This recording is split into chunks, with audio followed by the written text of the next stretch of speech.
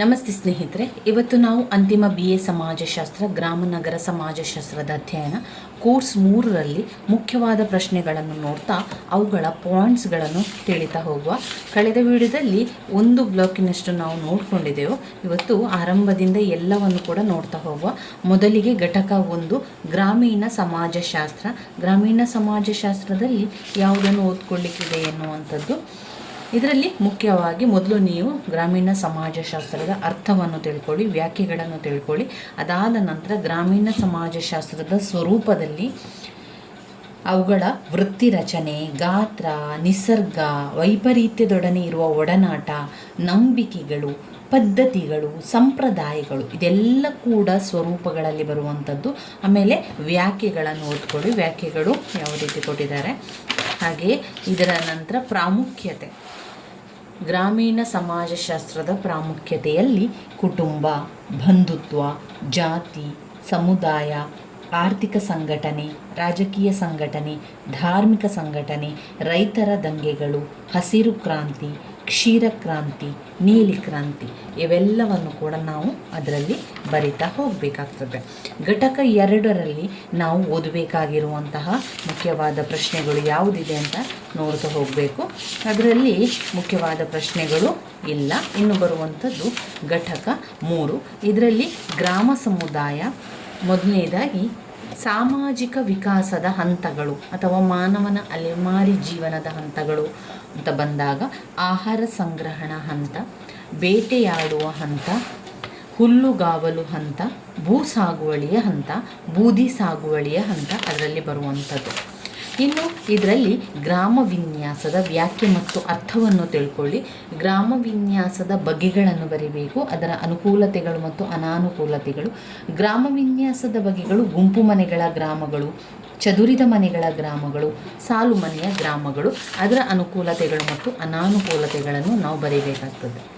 ಇನ್ನು ಘಟಕ 4 ಅಂತ ಬಂದಾಗ ಇದರಲ್ಲಿ ಗ್ರಾಮೀಣ ಸಮಾಜದ ಗುಣಲಕ್ಷಣಗಳು ಮುಖ್ಯವಾಗಿರುವಂತಹ ಪ್ರಶ್ನೆ, 15 ಅಂಕಕ್ಕೆ ಕೇಳುವಂತಹ ಪ್ರಶ್ನೆ.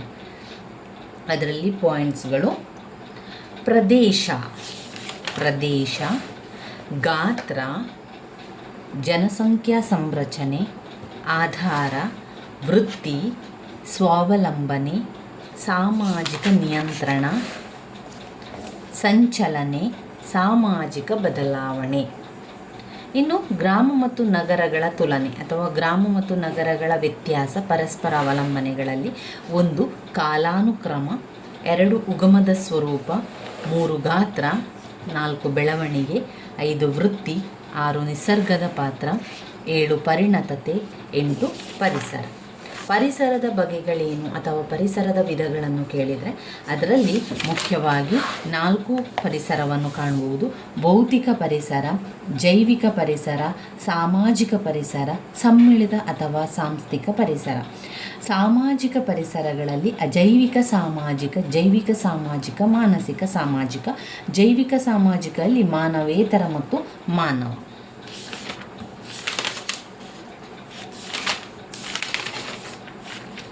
ಗ್ರಾಮ ಮತ್ತು ನಗರಗಳ ಪರಸ್ಪರಾವಲಂಬನೆ. ಗ್ರಾಮ ಮತ್ತು ನಗರಗಳ ಪರಸ್ಪರಾವಲಂಬನೆಗಳಲ್ಲಿ ಪಾಯಿಂಟ್ಸ್ಗಳು: ರಾಜಕೀಯ, 2 ಆರ್ಥಿಕ, ಸಾಮಾಜಿಕ ಸಾಂಸ್ಕೃತಿಕ ಬದಲಾವಣೆಗಳು, ಜನಸಂಖ್ಯೆಯ ಬದಲಾವಣೆಗಳು. ಇನ್ನು ಘಟಕ 5 ಜಾರ್ಜ್ ಮನಿ ವ್ಯವಸ್ಥೆ. ಜಾರ್ಜ್ ಮನಿ ವ್ಯವಸ್ಥೆಯ ಅರ್ಥಗಳನ್ನು ತಿಳ್ಕೊಳ್ಳಿ. ಜಾರ್ಜ್ ಮನಿ ವ್ಯವಸ್ಥೆ ಅರ್ಥಗಳನ್ನು ತಿಳ್ಕೊಂಡ ನಂತರ ಜಾರ್ಜ್ ಮನಿ ವ್ಯವಸ್ಥೆಯ ಲಕ್ಷಣಗಳ ಬಗ್ಗೆ ತಿಳ್ಕೊಳ್ಬೇಕು. ಅದರಲ್ಲಿ ಶಾಶ್ವತವಾದ ಸಂಬಂಧಗಳು, ವಂಶಪಾರಂಪರಿಕ ವ್ಯವಸ್ಥೆ, ವಸ್ತುಗಳು ಮತ್ತು ಸೇವೆಗಳು, ಶಾಂತಿ ಮತ್ತು ತೃಪ್ತಿ, ಕೆಲಸದಲ್ಲಿ ವ್ಯತ್ಯಾಸಗಳು, ಸಾಂಪ್ರದಾಯಿಕ ಜಾರ್ಜ್ ಮನಿ ವ್ಯವಸ್ಥೆಯ ಸಂಬಂಧಗಳು. ಇವಿಷ್ಟು ಜಾರ್ಜ್ ಮನಿ ವ್ಯವಸ್ಥೆಯ ಲಕ್ಷಣಗಳೆಲ್ಲಾಯಿತು.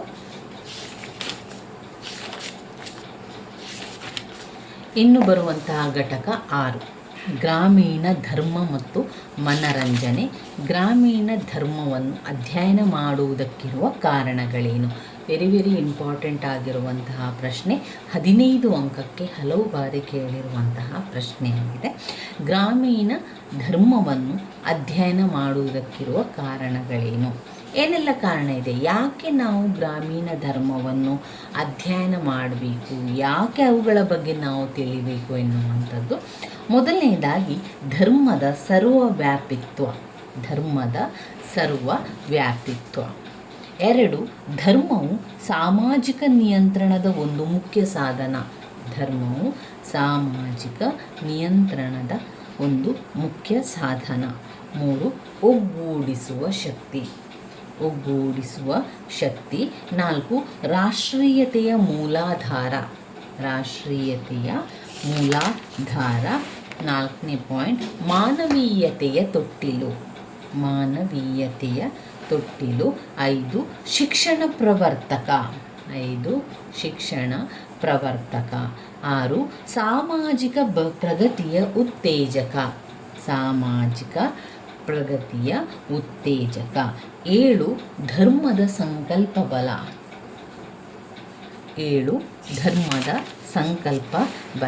9, ನಾಯಕತ್ವದ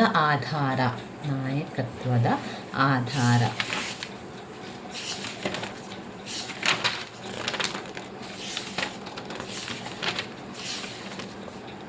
ಬ್ಲಾಕ್ 2ರಲ್ಲಿ ಭೂ ಹಿಡುವಳಿಯ ಪದ್ಧತಿ, ಭೂ ಸುಧಾರಣೆಗಳು.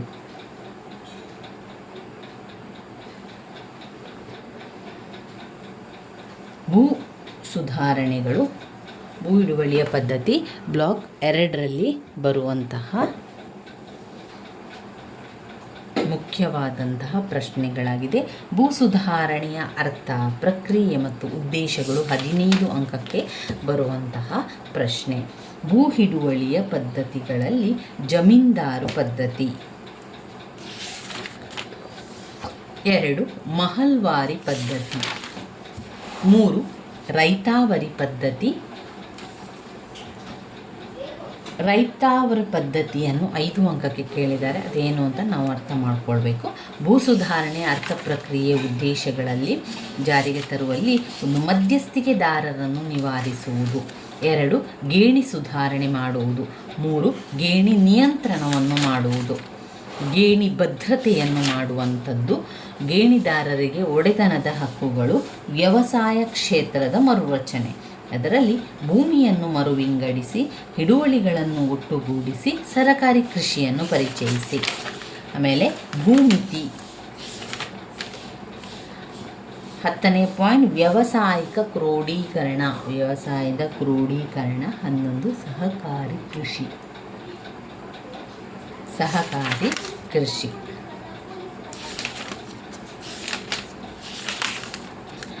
ಘಟಕ 8, ಭಾರತದಲ್ಲಿ ಕೃಷಿಯ ಅಶಾಂತಿ. ಚಂಪಾರಣ್ಯ ಚಳುವಳಿ, ಕೇದಾರೈತ ಚಳುವಳಿ, ಬಾರ್ದೋಲಿ ಚಳುವಳಿ, ಮಲಬಾರಿನಲ್ಲಿ ಮಾಪಿಳ್ಳೆ ದಂಗೆ. ಇದೆಲ್ಲವನ್ನು ಕೂಡ ನೀವು ನೋಡ್ಕೊಳ್ಬೇಕು. ಇದೆಲ್ಲ ಕೂಡ 5 ಅಂಕಕ್ಕೆ ಕೇಳುವಂತಹ ಪ್ರಶ್ನೆಯಾಗಿದೆ.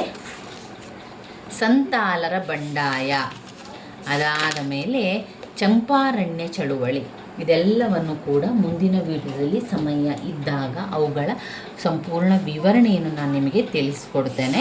ಚಂಪಾರಣ್ಯ ಚಳುವಳಿ, ಕೇದಾರೈತ ಚಳವಳಿ, ಬಾರ್ದೋಲಿ ಚಳವಳಿ, ಮಲಬಾರಿನಲ್ಲಿ ಮಾಪಿಳ್ಳೆ ದಂಗೆ. ಇದೆಲ್ಲ ಕೂಡ ಏನು ವಿಚಾರ ಇದೆ, ಅದರೊಳಗೆ ಯಾವ ವಿಚಾರವನ್ನು ಕೊಟ್ಟಿದ್ದಾರೆ ಅಂತ ನೀವು ಒಮ್ಮೆ ನೋಡಿಕೊಂಡ್ರೆ ನಂತರ ಬರೀಲಿಕ್ಕೆ ಸಾಧ್ಯ ಆಗ್ತದೆ.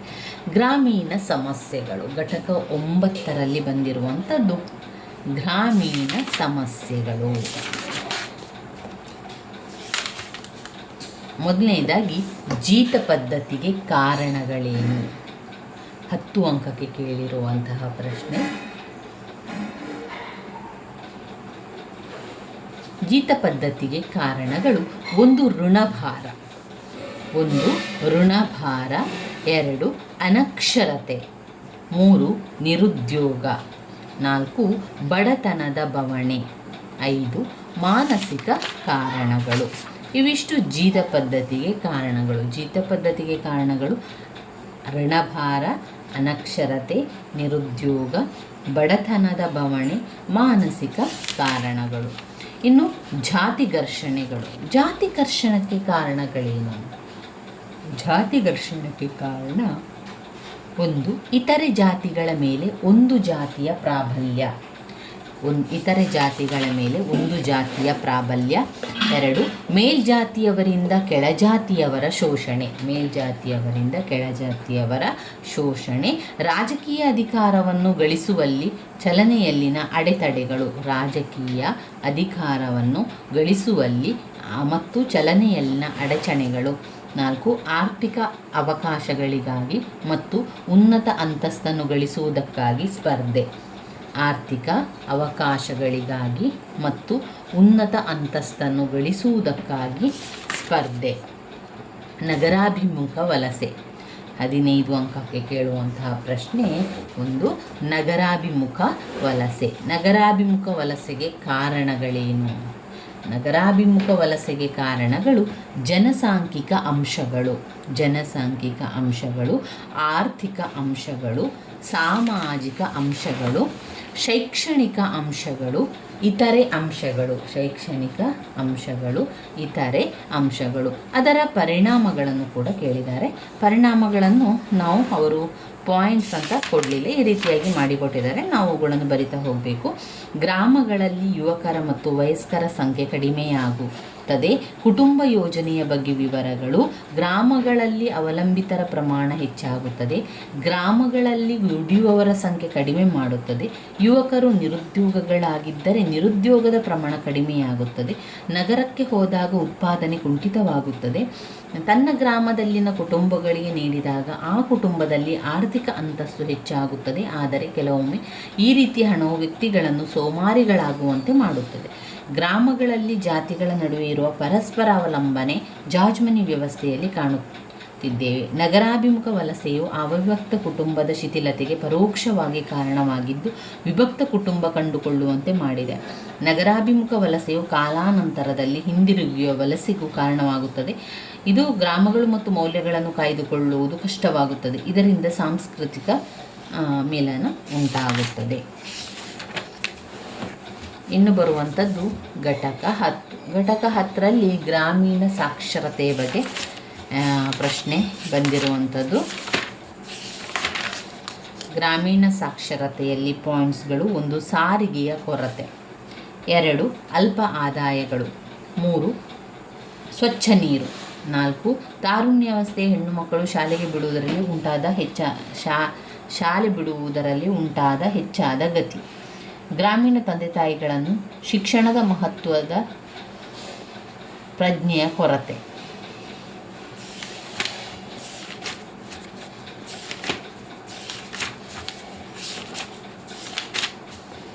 ಇನ್ನು ಘಟಕ 11 ಭಾರತದಲ್ಲಿ ಪಂಚಾಯತ್ ರಾಜ್ಯ ವ್ಯವಸ್ಥೆ. ಪಂಚಾಯತ್ ರಾಜ್ಯ ವ್ಯವಸ್ಥೆ ಕುರಿತು ಸಮಿತಿಗಳ ವರದಿಯನ್ನು ಕೂಡ ಕೊಟ್ಟಿದ್ದಾರೆ. ಬಲವಂತ ರಾಯ್ ಮೆಹ್ತಾ ಸಮಿತಿಯ ವರದಿಯು ಈ ರೀತಿಯಾಗಿದೆ: ಅವಶ್ಯವಿರುವ ಅಧಿಕಾರ ಸಂಪನ್ಮೂಲಗಳು ಹಾಗೂ ಆಳ್ವಿಕೆಯನ್ನು ಕೆಳ ಹಂತದವರೆಗಿನ ವರ್ಗಾಯಿಸಲು ಬೇಕಾಗಿರುವ ಸ್ಥಳೀಯ ಸಂಸ್ಥೆಗಳನ್ನು ರಚಿಸುವುದು.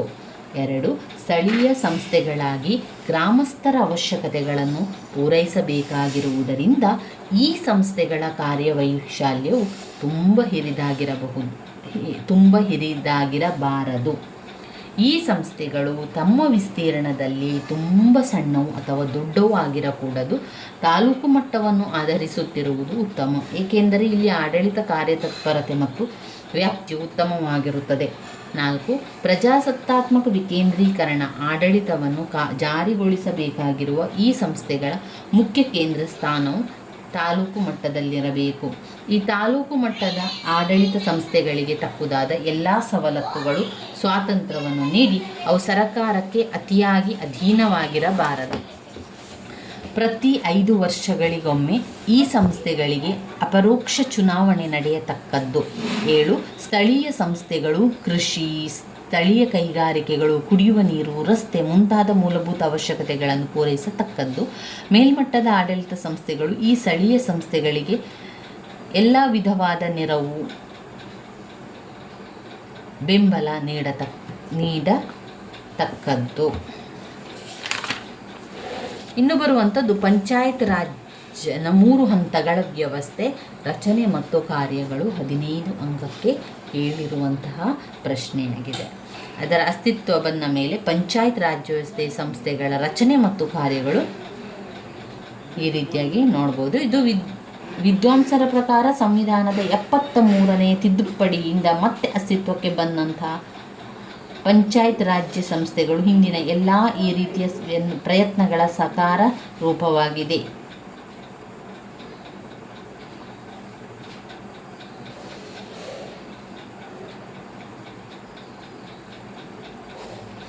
ಗ್ರಾಮ ಸಭೆಯು ಒಂದು ಕಡ್ಡಾಯವಾದ ಸಂಸ್ಥೆಯಾಗಿದ್ದು ಎಲ್ಲ ವಿಕೇಂದ್ರೀಕೃತ ಆಡಳಿತ ವ್ಯವಸ್ಥೆಯ ಒಂದು ಕೇಂದ್ರ ಬಿಂದುವಾಗಿದೆ. ಪಂಚಾಯತ್ ರಾಜ್ ಸಂಸ್ಥೆಯ ಆಧಾರವಾಗಿದ್ದು ಇದು 73ನೇ ತಿದ್ದುಪಡಿಯ ಪ್ರಕಾರ ಇತರ ಅನೇಕ ಜವಾಬ್ದಾರಿಗಳೊಂದಿಗೆ ಸಾಮಾಜಿಕ ನ್ಯಾಯ ಒದಗಿಸಬೇಕಾಗಿದೆ. 3 ಹಂತಗಳ ಪಂಚಾಯತ್ ರಾಜ್ ವ್ಯವಸ್ಥೆಯಾಗಿದ್ದು ಗ್ರಾಮ, ತಾಲೂಕು, ಜಿಲ್ಲಾ ಮಟ್ಟಗಳಲ್ಲಿ ಇದು ಕಾರ್ಯನಿರ್ವಹಿಸುವುದು.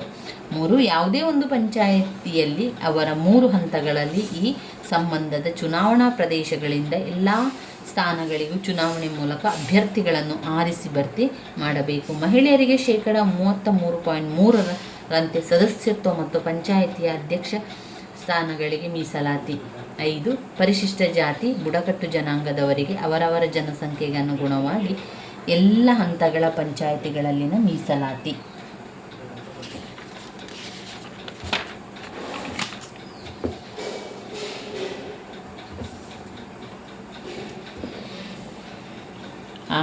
ಕಾಲಾನುಕಾಲಕ್ಕೆ ಚುನಾವಣೆಗಳನ್ನು ನಡೆಸಲು ರಾಜ್ಯ ಚುನಾವಣಾ ಆಯೋಗದ ಹೊಣೆಗಾರಿಕೆ. 7ನೇ ಪಾಯಿಂಟ್, 5 ವರ್ಷಗಳ ಕಾಲಾವಧಿಯ ರಾಜ್ಯ ಹಣಕಾಸು ಆಯೋಗದ ರಚನೆ.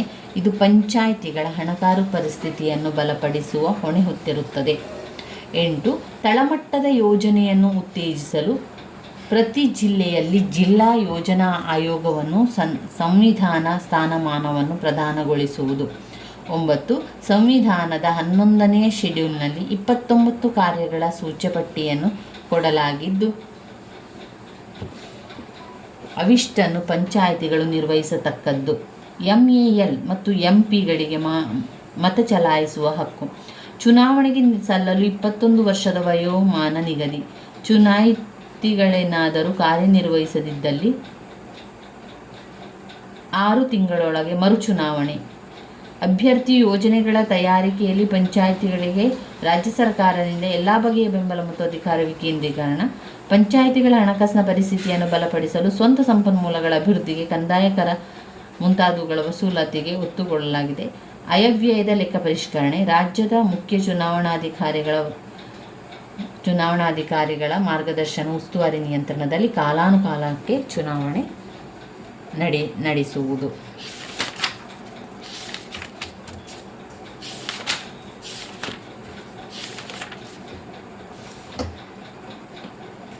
ಇನ್ನು ಘಟಕ 12 ಭಾರತದ ಗ್ರಾಮೀಣಾಭಿವೃದ್ಧಿ ಯೋಜನೆ.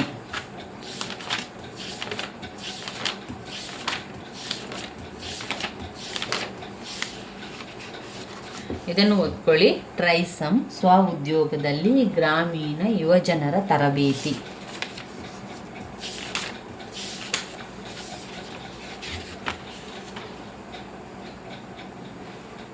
ಟ್ರೈಸಮ್ ಪುಟ ಸಂಖ್ಯೆ 242ರಲ್ಲಿದೆ. ಟ್ರೈಸಮ್ 242.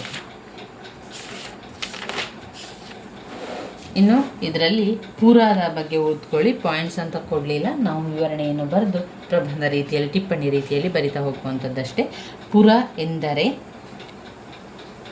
ಎಂದರೆ ಭಾರತದ ಹಿಂದಿನ ರಾಷ್ಟ್ರಪತಿಯಾದ ಡಾಕ್ಟರ್ APJ ಅಬ್ದುಲ್ ಕಲಾಂ ರವರ ವಿಚಾರವಾದ. ಇದು ಅವರ ಮತ್ತು ಶ್ರೀ ಜನ್ಪಾಲ್ ಸಿಂಗ್ ರವರ ಜೊತೆ ಬರೆದ ಟಾರ್ಗೆಟ್ 3 ಬಿಲಿಯನ್ ಎಂಬ ಪುಸ್ತಕದಲ್ಲಿ ಹೊರಹೊಮ್ಮಿದೆ. ಇದು ಗ್ರಾಮೀಣ ಭಾರತವನ್ನು ಅಭಿವೃದ್ಧಿಪಡಿಸುವ ಉಪಾಯವಾಗಿದೆ.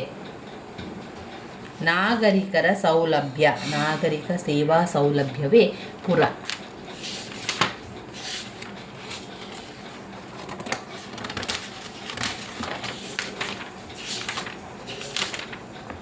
ಇನ್ನು ಬರುವಂಥದ್ದು ಬ್ಲಾಕ್ 3ರಲ್ಲಿ ಯಾವುದೆಲ್ಲ ಓದ್ಕೊಳ್ಳಿಕ್ಕಿದೆ ಅಂತ ನೋಡ್ತಾ ಹೋಗುವ. ನಗರ ಸಮಾಜಶಾಸ್ತ್ರದ ಉಗಮ ಮತ್ತು ಬೆಳವಣಿಗೆ. ಈ ತನಕ ನಾವು ಗ್ರಾಮೀಣ ಸಮಾಜಶಾಸ್ತ್ರದ ಬಗ್ಗೆ ತಿಳ್ಕೊಂಡೆವು. ಇನ್ನು ನಗರ ಸಮಾಜಶಾಸ್ತ್ರದ ಬಗ್ಗೆ ಕೂಡ ತಿಳ್ಕೊಳ್ಳಿ.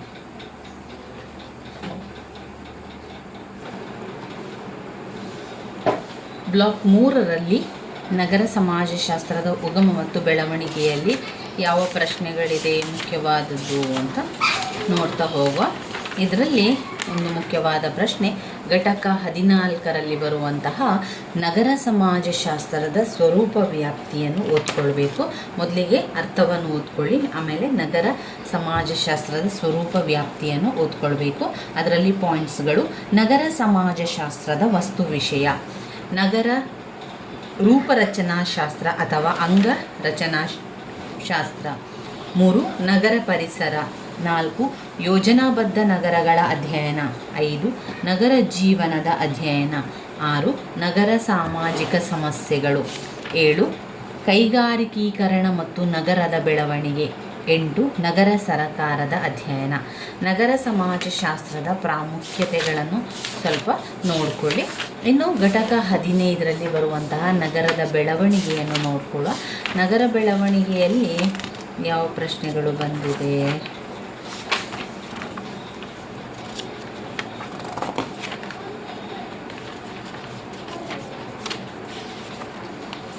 ಇದರಲ್ಲಿ ಅಷ್ಟು ಮುಖ್ಯವಾದ ಪ್ರಶ್ನೆಗಳಿಲ್ಲ. ಇನ್ನು ಬರುವಂಥದ್ದು ಘಟಕ 16. ಘಟಕ 16ರಲ್ಲಿ ನಗರದ ಗುಣಲಕ್ಷಣಗಳು ಮತ್ತು ನಗರಗಳ ವಿಧಗಳನ್ನು ಓದ್ಕೊಳ್ಬೇಕು. ನಗರದ ಗುಣಲಕ್ಷಣಗಳಲ್ಲಿ 1 ಕಾನೂನಾತ್ಮಕ ವ್ಯಾಖ್ಯಾನ. ಅದು ವ್ಯಾಖ್ಯಾನಗಳಲ್ಲಿ ಸಂಖ್ಯಾಶಾಸ್ತ್ರೀಯ ವ್ಯಾಖ್ಯಾನ, ಭೌಗೋಳಿಕ ವ್ಯಾಖ್ಯಾನ, ಉದ್ಯೋಗಾತ್ಮಕ ವ್ಯಾಖ್ಯಾನ. ಅದರಲ್ಲಿ ಸಮಾಜಶಾಸ್ತ್ರೀಯ ವ್ಯಾಖ್ಯಾನ ಕೂಡ ಇದೆ. ಇನ್ನು ನಗರದ ಗುಣಲಕ್ಷಣಗಳಲ್ಲಿ ನೋಡಿದರೆ 1 ದೊಡ್ಡದಾದ ಗಾತ್ರ. 2 ಸಾಮಾಜಿಕ ಬಹುರೂಪತೆ. 3 ಅತಿಯಾದ ಅಂತರವಲಂಬನೆ. 4 ವೃತ್ತಿಗಳ ಪ್ರಾವೀಣ್ಯತೆ. 5 ಅನುಸಂಗಿಕ ಸಂಬಂಧಗಳು. 6 ಅಪರಿಚಿತತ್ವ. 7 ಸಾಮುದಾಯಿಕ ಮನೋಭಾವದ ಕೊರತೆ. 8 ವರ್ಗ ವ್ಯವಸ್ಥೆ. 9 ಸ್ವಯಂ ಸೇವಾ ಸಂಘಗಳು. 10 ಸ್ಥಳ ಪ್ರತ್ಯೇಕೀಕರಣ.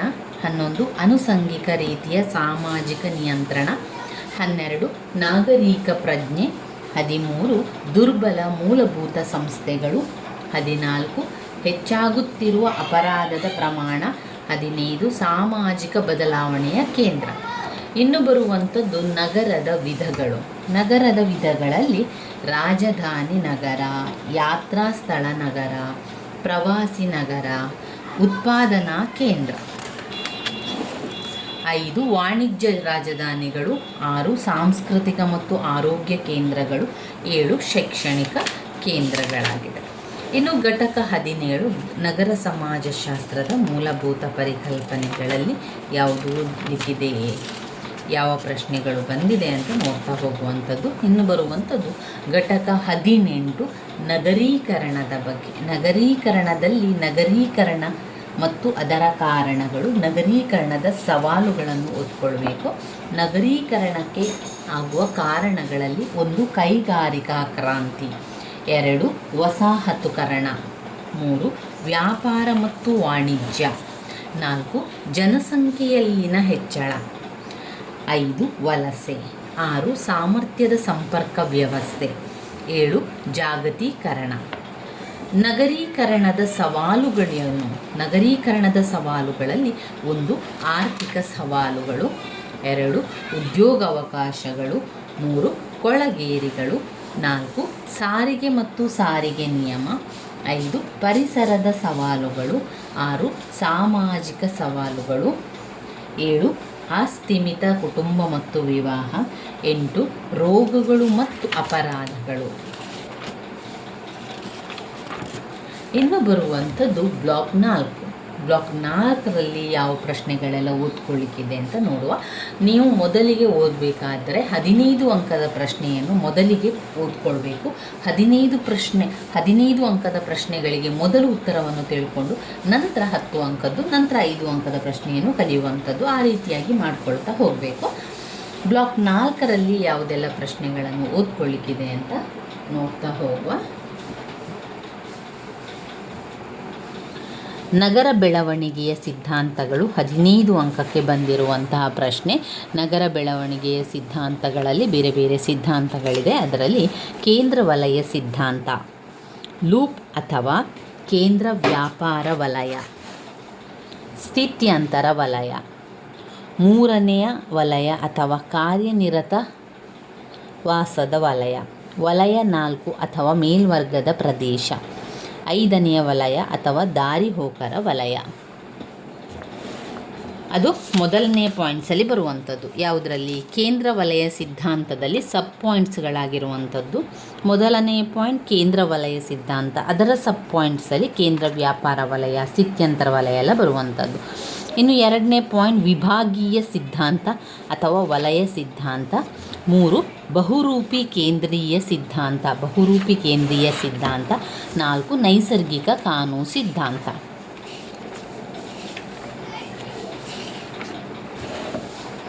ಇನ್ನು ನಗರ ಪರಿಸರ ಘಟಕ 20.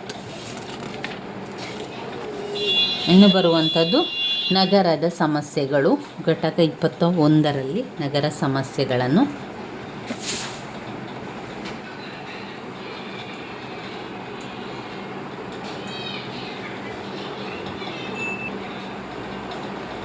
ನಗರದ ಸಮಸ್ಯೆಗಳಲ್ಲಿ 1 ಮಾದಕ ವ್ಯಸನ, 2 ಸೈಬರ್ ಅಪರಾಧಗಳು ಆಗುವಂಥದ್ದು. ಇವಿಷ್ಟು. ಹಾಗೆ ಅದರಲ್ಲಿ ಬೇರೆ ಬೇರೆ ಅಪರಾಧಗಳನ್ನು ನಾವು ಬರಿತಾ ಹೋಗ್ಬೋದು.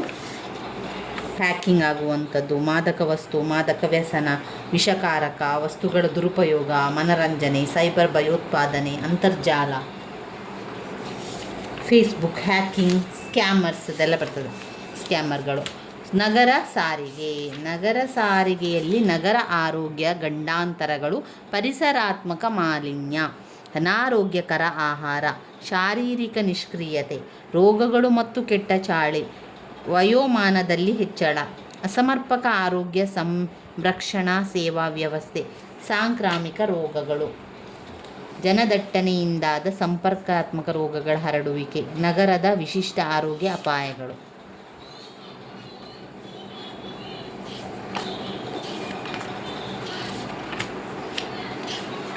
ಇನ್ನು ಇದರಲ್ಲಿ ಘಟಕ 23 ವಸತಿ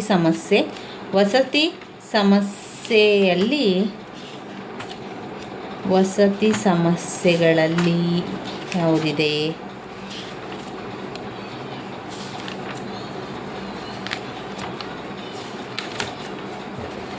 ಅದರಲ್ಲಿಲ್ಲ. ಇನ್ನು ಘಟಕ 24 ನಗರ ಯೋಜನೆ ಮತ್ತು ಬೆಳವಣಿಗೆಯಲ್ಲಿ ಒಂದು ಪ್ರಶ್ನೆ ಬಂದಿದೆ ನೋಡಿ. ನಗರ ಯೋಜನೆಯ ಇತಿಹಾಸವನ್ನು ತಿಳಿಸಿ ಅಂತ. ಅದರಲ್ಲಿ ಅವರು ಈ ರೀತಿಯಾಗಿ ಪಾಯಿಂಟ್ಸ್ ಕೊಟ್ಟಿರುವಂಥದ್ದು. ನಗರ ಯೋಜನೆಯ ಇತಿಹಾಸ 19ನೇ ಶತಮಾನದಲ್ಲಿ ಉಂಟಾದ ಕೈಗಾರಿಕಾ ಕ್ರಾಂತಿಯ ನಂತರ ಯುರೋಪಿನ ನಗರಗಳು ಅವ್ಯವಸ್ಥೆಗಳಿಗೆ ಪ್ರತಿರೋಧವಾಗಿ ನಗರ ಯೋಜನೆ ಜನ್ಮ ತಾಳಿತು. 2 1850ರ ದಶಕದಲ್ಲಿ ಆಧುನಿಕ ನಗರ ಯೋಜನೆ ಪ್ರಾರಂಭಗೊಂಡಿತು. ಪ್ರಸಿದ್ಧ ವಿನ್ಯಾಸಕಾರ ಬಾರನ್ ಜಿ ಹ್ಯಾಪ್ಮ್ಯಾಸ್ ಅವರು ಐತಿಹಾಸಿಕ ನಗರ ಪ್ಯಾರಿಸ್ನ ನಗರ ನವೀಕರಣದ ನಕ್ಷೆಯೊಂದನ್ನು ಸಿದ್ಧಪಡಿಸಿ ಹಳೆಯ ಮಧ್ಯಕಾಲೀನ ರಚನೆ ಇರುವ ನಗರವನ್ನು ನೆಲಸಮ ಮಾಡಿ ನೇರ ಮತ್ತು ವಿಸ್ತಾರವಾದ ರಸ್ತೆಗಳನ್ನು ಸೃಷ್ಟಿಸಿ ಸುಂದರ ಕಟ್ಟಡಗಳು, ಉದ್ಯಾನವನಗಳು, ಚಿಮ್ಮುವ ಚಿಲುಮೆಗಳು, ಸಾರ್ವಜನಿಕ ಸ್ಮಾರಕಗಳು ನಿರ್ಮಾಣ ಮಾಡಿದರು. 3ನೇ ಪಾಯಿಂಟ್ 20ನೇ ಶತಮಾನದ ನಂತರದಲ್ಲಿ ನಗರ ಯೋಜನೆಯು ಪಾಶ್ಚಿಮಾತ್ಯ ಐರೋಪ್ಯ ನಗರಗಳು, ಅಮೆರಿಕ, ಆಸ್ಟ್ರೇಲಿಯಾ ಮತ್ತು ಜಪಾನ್ಗಳಿಗೆ ವಿನ್ಯಾಸಕಾರರು, ರಾಜಕಾರಣಿಗಳು ಮತ್ತು ಕೈಗಾರಿಕೋದ್ಯಮಗಳು ಪ್ರಮುಖ ಕೊಡುಗೆಗಳನ್ನು ನೀಡಿದರು. ಪಾಯಿಂಟ್ ನಂಬರ್ 4 1940ರ ದಶಕದಲ್ಲಿ 2ನೇ ಮಹಾಯುದ್ಧದ ವೇಳೆ ಯುರೋಪಿನ ನಗರವು ನಾಶಗೊಂಡವು. ಪಾಯಿಂಟ್ ನಂಬರ್ 5 1960-66ರ ದಶಕದ ನಂತರ ನಗರ ಯೋಜಿತರು ಆಧುನಿಕವಾದದ ಪ್ರಾಮುಖ್ಯತೆಯನ್ನು ಮನಗಂಡು ನಗರಗಳನ್ನು ಕೇವಲ ಸುಂದರಗೊಳಿಸದೆ ಅವೈಯಕ್ತಿಕ ಮತ್ತು ಯಾಂತ್ರಿಕತೆಯಿಂದ ರಚಿಸಿದರು. ನಗರ ಯೋಜನೆಯ ಗುರಿ ಮತ್ತು ಉದ್ದೇಶಗಳು. ನಗರ ಯೋಜನೆಯ ಗುರಿ ಉದ್ದೇಶಗಳಲ್ಲಿ 1 ನಗರ ನೀತಿಯನ್ನು ಅನ್ವಯ ಮಾಡುವುದು. 2 ಮೂಲ ಸೌಕರ್ಯಗಳಿಗೆ ಅವಕಾಶ. 3 ಸರಿಯಾದ ಕಾನೂನು ಜಾರಿಗೊಳಿಸುವುದು. 4 ನಗರ ಮಾಲಿನ್ಯದ ಮೇಲೆ ನಿಯಂತ್ರಣ. 5 ನಗರ ಸಾರಿಗೆ ಮತ್ತು ರಸ್ತೆ ವ್ಯವಸ್ಥೆ.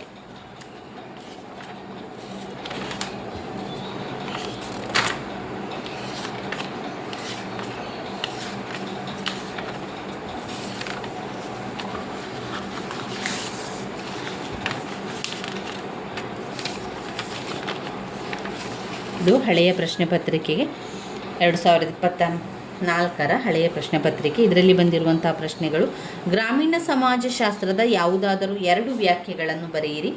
ಚಂಪಾರಣ್ಯ ಸತ್ಯಾಗ್ರಹದ ಕುರಿತು ಟಿಪ್ಪಣಿ ಬರೆಯಿರಿ. ಗ್ರಾಮೀಣ ಋಣಭಾರದ ಪರಿಕಲ್ಪನೆಯನ್ನು ವ್ಯಾಖ್ಯಾನಿಸಿ. ನಗರೀಕರಣದ ಅರ್ಥವನ್ನು ನೀಡಿ. ನಗರ ಪರಿಸರ ಶಾಸ್ತ್ರದ ಅರ್ಥವನ್ನು ತಿಳಿಸಿ. ನಗರ ಯೋಜನೆಯ ಧ್ಯೇಯ ಉದ್ದೇಶಗಳನ್ನು ತಿಳಿಸಿ. ಇನ್ನು 10 ಅಂಕದ ಪ್ರಶ್ನೆಗಳು ವಿಭಾಗ ಬಿಯಲ್ಲಿ: ಭಾರತದಲ್ಲಿ ಗ್ರಾಮೀಣ ಸಮಾಜಶಾಸ್ತ್ರದ ಬೆಳವಣಿಗೆಯನ್ನು ಚರ್ಚಿಸಿ. ಗ್ರಾಮೀಣ ಭಾರತ ಸಾಮಾಜಿಕ, ಸಾಂಸ್ಕೃತಿಕ ಹಾಗೂ ರಾಜಕೀಯ ಬದಲಾವಣೆಗಳನ್ನು ವಿಶ್ಲೇಷಿಸಿ. ನಗರಾಭಿವೃದ್ಧಿ ವಲಸೆಯ ಕಾರಣಗಳನ್ನು ವಿವರಿಸಿ. ಪಂಚಾಯತ್ ರಾಜ್ ವ್ಯವಸ್ಥೆಯ ಉದ್ದೇಶಗಳನ್ನು ವಿವರಿಸಿ. ನಗರಗಳ ಗುಣಲಕ್ಷಣಗಳನ್ನು ವಿವರಿಸಿ. ವಿಭಾಗ ಸಿ 10 ಅಂಕದ ಪ್ರಶ್ನೆಗಳು: ಸಾಮಾಜಿಕ ವಿಕಾಸದ ಪ್ರಾರಂಭಿಕ ಹಂತಗಳನ್ನು ವಿವರಿಸಿ. ಗ್ರಾಮೀಣ ಮನರಂಜನೆಯ ಕುರಿತು ಪ್ರಬಂಧ ಬರೆಯಿರಿ. ನಗರ ಸಮಾಜಶಾಸ್ತ್ರದ ಉಗಮ ಮತ್ತು ಬೆಳವಣಿಗೆಯನ್ನು ನಿರೂಪಿಸಿ. ನಗರ ಆರೋಗ್ಯ ನೈರ್ಮಲ್ಯ ಸಮಸ್ಯೆಯನ್ನು ಚರ್ಚಿಸಿ. 15 ಅಂಕದ ಪ್ರಶ್ನೆಗಳಾಗಿದೆ. ಇವಿಷ್ಟು ಅಂತಿಮ BA ಸಮಾಜಶಾಸ್ತ್ರ ಗ್ರಾಮ ಮತ್ತು ನಗರ ಸಮಾಜಶಾಸ್ತ್ರದ ಅಧ್ಯಯನ ಕೋರ್ಸ್ 3ರಲ್ಲಿ ಬರುವಂತಹ ಮುಖ್ಯವಾದಂತಹ ಪ್ರಶ್ನೆಗಳಾಗಿದೆ. ಹಳೆಯ ಪ್ರಶ್ನೆ ಪತ್ರಿಕೆಗಳನ್ನು ನೋಡಿಕೊಂಡು ಪದೇ ಪದೇ ರಿಪೀಟ್ ಆಗಿರುವ ಪ್ರಶ್ನೆಗಳನ್ನು ಗುರುತನ್ನು ಹಾಕ್ಕೊಂಡು ಮಾಡಿರುವಂಥದ್ದು. ಈಗ ನೀವು ಇಡೀ ಸಂಪೂರ್ಣ ಟೆಕ್ಸ್ಟ್ ಬುಕ್ಕನ್ನು ಓದ್ಕೊಳ್ತಿದ್ದೀರಿ ಅಂತಾದರೆ ಹಾಗೆಯೇ ಓದ್ಕೊಳ್ತಾ ಹೋಗ್ಬೋದು. ಒಂದು ವೇಳೆ ಸಮಯಾವಕಾಶ ಇಲ್ಲ ಅಂತಾದರೆ ನೀವು ಈ ಇಂಪಾರ್ಟೆಂಟ್ ಆಗಿರುವಂಥ ಪ್ರಶ್ನೆಗಳನ್ನು ಮೊದಲಿಗೆ ಓದ್ಕೊಳ್ಳಿ. ಮೊದಲು ಓದಬೇಕಾದ್ರೆ 15 ಅಂಕದ ಪ್ರಶ್ನೆಗೆ ಮೊದಲು ಉತ್ತರವನ್ನು ತಿಳ್ಕೊಂಡು ನಂತರ 10 ಅಂಕದ ಪ್ರಶ್ನೆ, ಕೊನೆಯದಾಗಿ 5 ಅಂಕದ ಪ್ರಶ್ನೆಗಳನ್ನು ನೋಡ್ತಾ ಹೋಗುವಂಥದ್ದು.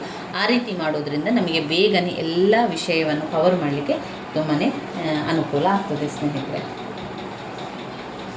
ನನ್ನ ವೀಡಿಯೋಸ್ ಎಲ್ಲ ನಿಮಗೆ ಇಷ್ಟ ಆಗಿದ್ದರೆ ಲೈಕ್ ಕೊಡಿ, ಶೇರ್ ಮಾಡಿ, ಸಬ್ಸ್ಕ್ರೈಬ್ ಮಾಡಲಿಕ್ಕೆ ಮರಿಬೇಡಿ. ಧನ್ಯವಾದಗಳು.